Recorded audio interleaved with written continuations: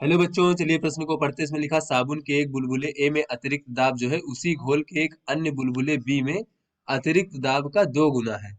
तो यदि ए का आयतन बी के आयतन का n गुना हो बच्चों, तो n का मान क्या होगा, ये हमसे पूछा जा रहा है।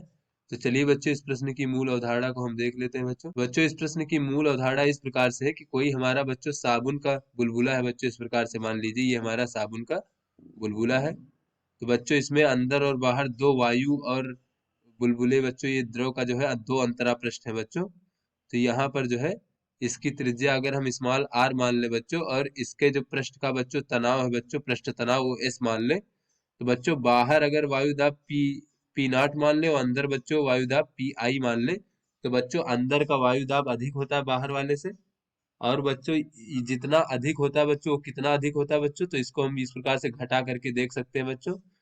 तो बच्चों ये जितना अधिक होता है इसे हम डेल्टा पी मान लेते हैं बच्चों, और इसे ही हम बच्चों अतिरिक्त दाब कहते हैं बच्चों। इसको क्या कहते हैं? अतिरिक्त दाब, बुलबुले के भीतर अतिरिक्त दाब।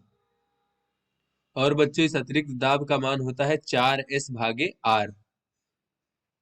तो चलिए बच्चों अपने प्रश्न को हल करते हैं। बच्चों इस प्रश्न में कहा जा रहा है कि साबुन के एक बुलबुले ए में अतिरिक्त दाब उसी घोल के एक अन्य बुलबुले बी में अतिरिक्त दाब का 2 गुना है।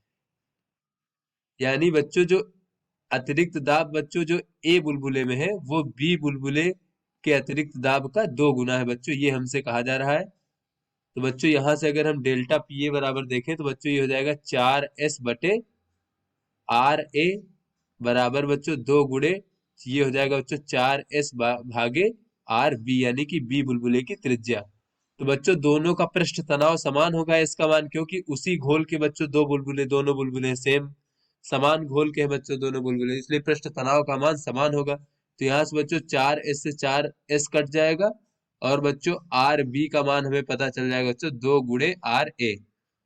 उसके बाद बच्चों क्या कहा जा रहा है प्रश्न में? उसके बाद बच्चों कहा जा रहा है कि यदि ए का आयतन जो है वो बी के आयतन का n गुना हो, यानी बच्चों ए का आयतन हम बी मान लेते हैं, और ये बच्चों ये बी के आयतन का n गुना है। तो बच्चों हमें n का मान ज्ञात करना है। तो यहाँ से बच्चों ए का आयतन अगर हम देखें तो ये हो जाएगा 4/3 पाई त्रिज्या आर ए की घात 3। बच्चों ये हमारे गोले का आयतन होता है। फिर n गुणे बी का आयतन कितना हो जाएगा? 4/3 पाई त्रिज्या आर बी की घात 3। तो बच्चों 4/3 पाई से 4/3 कट जाएगा।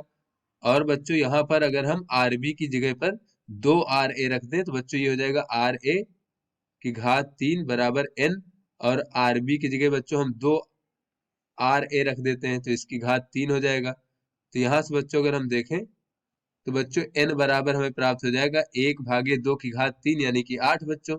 तो इसका मान हो जाएगा 0.125। तो बच्चों ये हमारे n का मान हो गया। चलिए अपने विकल्पों को देखते हैं।